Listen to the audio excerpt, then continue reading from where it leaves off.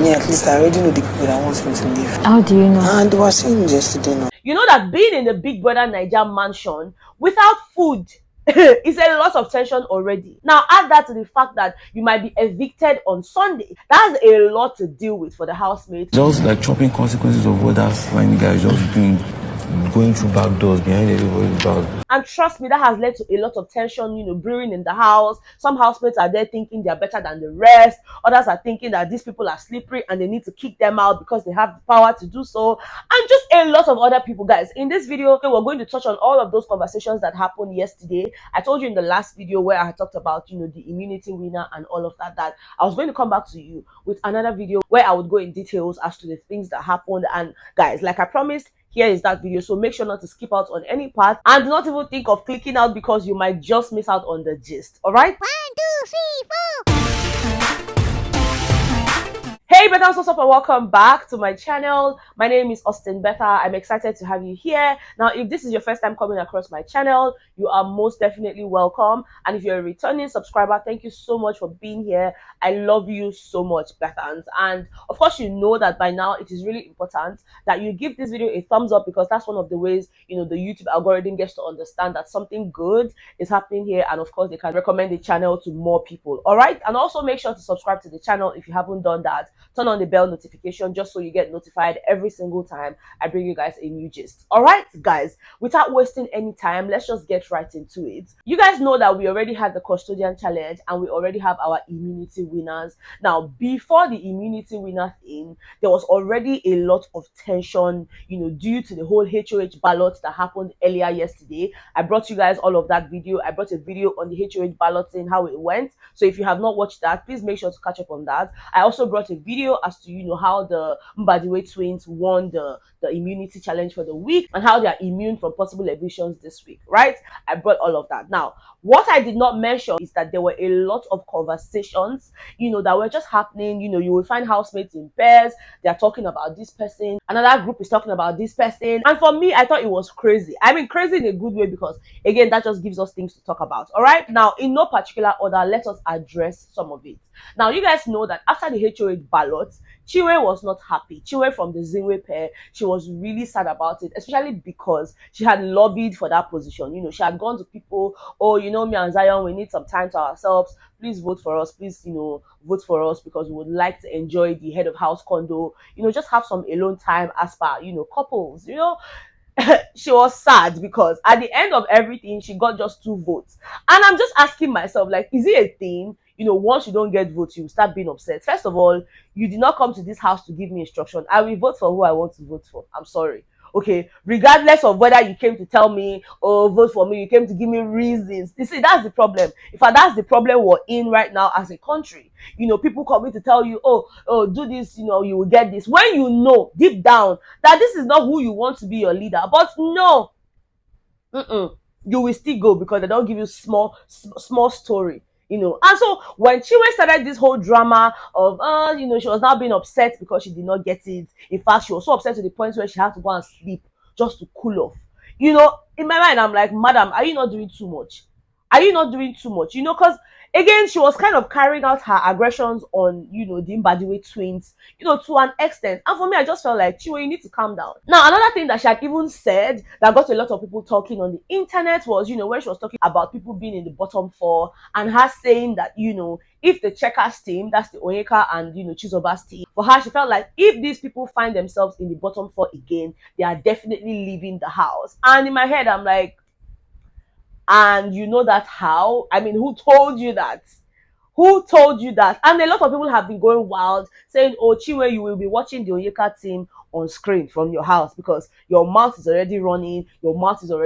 Now, I do not know how she came to that conclusion. I do not know what made her think that, Onyeka and Chizoba are probably the next people to leave if they ever find themselves in the bottom 4. But what I know for sure is that a lot of these housemates, they have these speculations every now and then, because for them, they use a different metrics to judge themselves in the house. They are not outside. They don't see the things that we see. And in fact, it just made people so mad that they just started saying a lot of things about Chinwe. And guys, the sad part about this is Onyeka kind of overheard that conversation because yesterday Onyeka was down. Onyeka, our Al Jazeera, our BBC, she was down. You would barely find her in her very energetic, mood and all of that. You mostly find her in groups with people saying, "Oh, I don't know what I did to people that they want me to leave the house." She had a conversation with Victoria, just a few people, and they were still talking. She was like, "Well, the sad thing is, I overheard the conversation, and I don't know how I feel about it." And it's very violent. And I sit down sometimes and I try. Sometimes I'm like, what did I do to you? And you know why it is sad and why people are pained is that this Onyeka girl has been really nice to Chinwe. So even if you're thinking that, just swallow it. But then again, in her defense, people will say, but she was only talking to Zion and not to a lot of people. But the fact is, people heard it, people from the outside world, they heard it and they're really upset about that statement. Even at some point, the Nelita pair were having that conversation. That's Nelly and, Anita. They were in the garden and they were just talking about how, Chinwe would say something like that. And for them, they were quite disappointed because this Onyeka girl that you're talking about, she's kind of nice to you. So why would you even say something like that? Why would you even be having those kind of conversations about her? They were quite pissed. Guys, I don't know what to make out of this. Let me know, what do you think? Do you think that Chinwe could have just swallowed that conversation? Because again, apparently the walls have ears and it got into Onyeka's ears and just a few other people that overheard the conversation and are not pleased with it. Just let me know what your thoughts are on that. Okay, now speaking about Nelly, you guys know she's been really close to Suge and spending so much time with the guy. Now while she was still speaking with Anita in the garden, she had touched on that, right? I mean, Suge wants to be in his ship just like his friends Sean and Topher. For Topher, since Dami is out of the game, he needs to move on to the next available ship, and for him that's Anita. I told you guys from the beginning that this boy, eyes they Anita body. But what I know now is that for all these boys, these three boys, Sean, Suge, and Topher, everything they're doing in that house is just a game. I mean, that's why they're there. I'm not mad at it. I'm just pointing out the fact that it's just a game for them. Because I mean, even when they were having their conversations, these guys, they had said, "Oh, okay, what if Anita doesn't work?" Because for Topher, he feels like Anita wants him to be there for her all the time, and or him, he doesn't really have that time because he also wants to spend time with his guys. So they were asking him, "Okay, if that does not work, who and who will you now go for?" And then he was like, "Maybe DJ Flo, maybe this." And so he was like, "If I slap you, DJ Flo for where?" I don't know what is wrong with DJ Flo. What is wrong with her? Is it because she's a tomboy? Some boys who can be lover girls, so I speak for them. I speak for but I mean, it was just really funny how Suge was like, what are you talking about? I slap you. So again, back to Nelly and Anita's conversation. Nelly was like, Suge had asked if there could be an item in the house, and she had told him that that's not why she's here.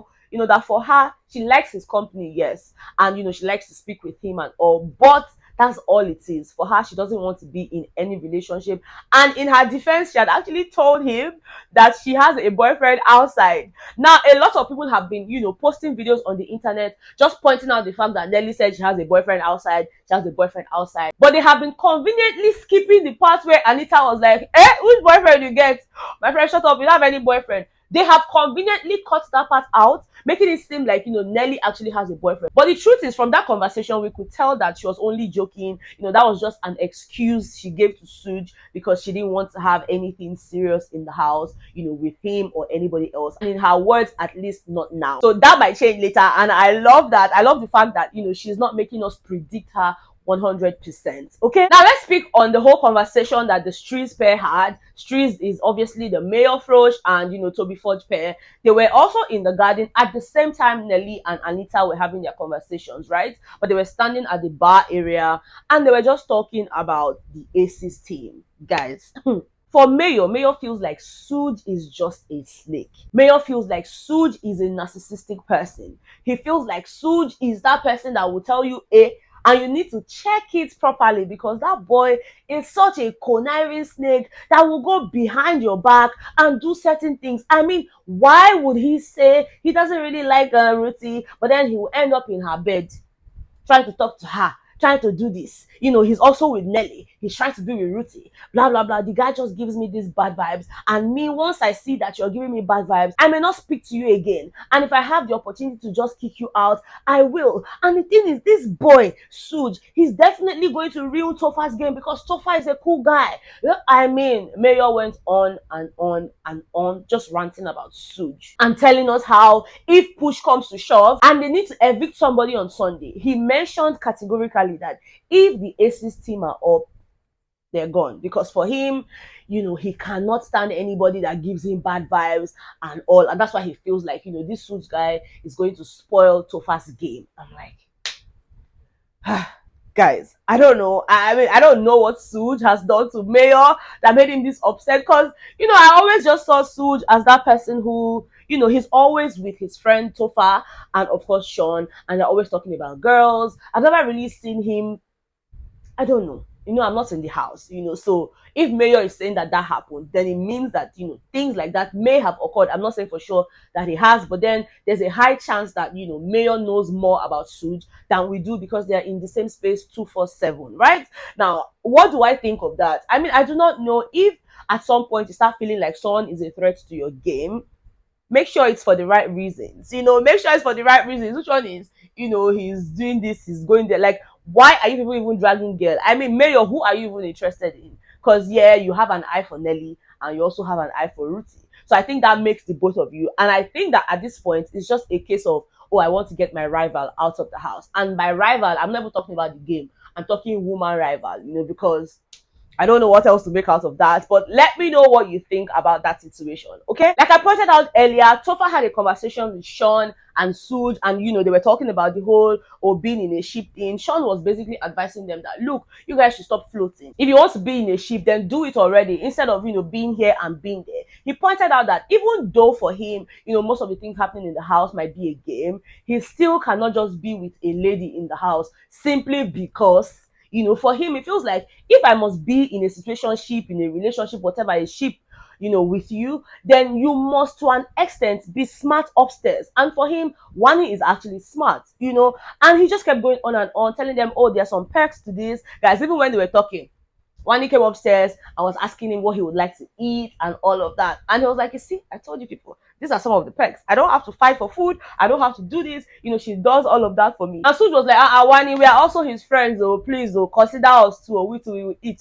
We too, we are human beings. That was funny. But I mean, if there's something I picked from that conversation with Sean, is the fact that whether what he shares with Wani is real or not, he kind of respects her, to an extent, because for him, he cannot be with an Olodo, just someone who you say sit down, she will sit down, jump, she will jump. She won't be asking you how high. When he made that statement, I just felt like, okay, it's a game, yes, and it is allowed to play it in the best way possible. Now, something else that some of you brought to my attention was the video Shegs had put up, where he was talking about Sean and how Sean is like his brother. I don't think he meant like brother. Guys, do you think he meant like, oh, my brother, like my blood brother? For me, I just felt like, they're friends. I mean, that's common knowledge already because that speculation, was already had earlier. But then in the video, Shegs was basically saying, oh, yes, he's my brother. And yes, I told him that he needs to get in the ship, in that house and all of that because that kind of helps them go far, blah blah blah. I mean, guys, if I have a friend that has been to the Big Brother Naija show before and has seen that this thing worked for him because it worked, Shegs and Bella, in fact, they are still an item. Even though a lot of us did not believe in that ship, I, for one, I never believed in it. I'm not going to take that back, but then they have stayed strong. My opinion doesn't really matter, but my point is, even though we didn't think it was going to last, they're still an item. Now for Shegs, if he's advising his friend to do the same, I'm sure it's from a place of, it worked for me, it might work for you as well. But what they do not know is just because it worked for A doesn't mean it would work for B. And so Sean obviously is in the house now, playing his games based off of the advice, quote and unquote, that he got from Shegs. Now, to an extent, it's working for him. So far, so good. Because people want to see how, his relationship with Wani would metamorphose and, just go to another level. Guys, I have no problem with that. All I want is play the game as much as you can so that when you get evicted, you don't come and start saying, oh, I wish I had done this, I wish I had done that. Do everything you would wish you had done. Do it now. Do it now, okay? Now, to round off this video, let us touch on the romantic conversation that, was had in the kitchen yesterday between the Wani ex-Handy twins and, of course, Ruthie. I mean, at some point, Chinwe from the Ndine pair was there, because Wani had gone into the kitchen and they were all talking. And Wani was like, oh, we're going to get invited to the AMVCA. And Chinwe from the Indian pair was like, oh, but that has happened already. And she was like, yes, it has. But that they would invite us next year. They always invite all the ex-housemates from the Brother Naija show. And they're like, oh, yes, they're excited. And, Wani decided to give us some more information. So She was like, oh, I attended the one that they invited Sadi for, because you know Sadi and I were together that time. In fact, we sat in front. They even gave us a hotel room afterwards. And Ruthie was like, you were with Sadi? Really? I didn't know that. And she was like, oh yeah, I was with Sadi for 4 years. We dated for 4 years. I started dating Sadi when I was 21. You know, Sadi was such a sweet person. Sadi is someone that will never, you know, look back and say anything negative about him because he was really nice. Everything I am today, everything I know as a woman, you know, Sadi was all part of that. He made me the woman that I am today. You know, she just went on and on and on speaking about Sadi and just how nice he was. Even when he was in the house, he kept on talking about her. Even when he got evicted, you know, she and her twin sister had gone to, you know, welcome him. And, you know, she went on and on talking to us about Sadi. So did you know you were coming now? Yes. Sadi is a very sweet guy. One of the sweetest boys I know till date. The woman I am today is kudos to a lot of things. And then Ruthie was like, okay, so why didn't you guys end up together now? Because you speak so highly of him and you really, really love the guy. I was like, well, she wouldn't say that Sadi did anything to her and all of that. But, you know, the point is he was ready to settle down at the time, but she wasn't. So, of course, she had to let him go. He wanted to settle down. I was ready to settle down. She also mentioned that Sadi is married. And they were like, oh, wow. So why are you not ready to settle down now? What happened? She was like, well, she has a lot to achieve. She has a lot to do this. She has a lot to do that. And then Ruthie also went on to tell us that, look, even me, I've not really been in a serious relationship, you know, since 2021. I've just been here and there, you know, with different guys and all, because for her, she needs to make money first. You know, she's the type of person, you know, that doesn't like asking guys for anything. So for her, she would rather work so that she can afford whatever it is that she needs. In her words, if I need something, I can always mention it to my guy, but I would never ask him to get it. It's left for him to now think about it and say, oh, you know what? This girl needs this thing. Let me buy it for her. Let me get it for her. But if you don't do that, she would never ask you. So for her, she needs to hustle and all of that. And that's why, you know, she's not being in a relationship. And at that point, I'm like, okay, if that's what you want, because again, there's some people who would say at this age, you are still thinking of, you know, making money first instead of, you know, getting married and all of that. So many people feel like marriage is some type of escape, you know, where you go and all your problems are solved. But then that's not true. That's not true, guys. I feel like if you're getting married, you should get married for the right reasons and not necessarily because, oh, once I get married, I will stop paying rent.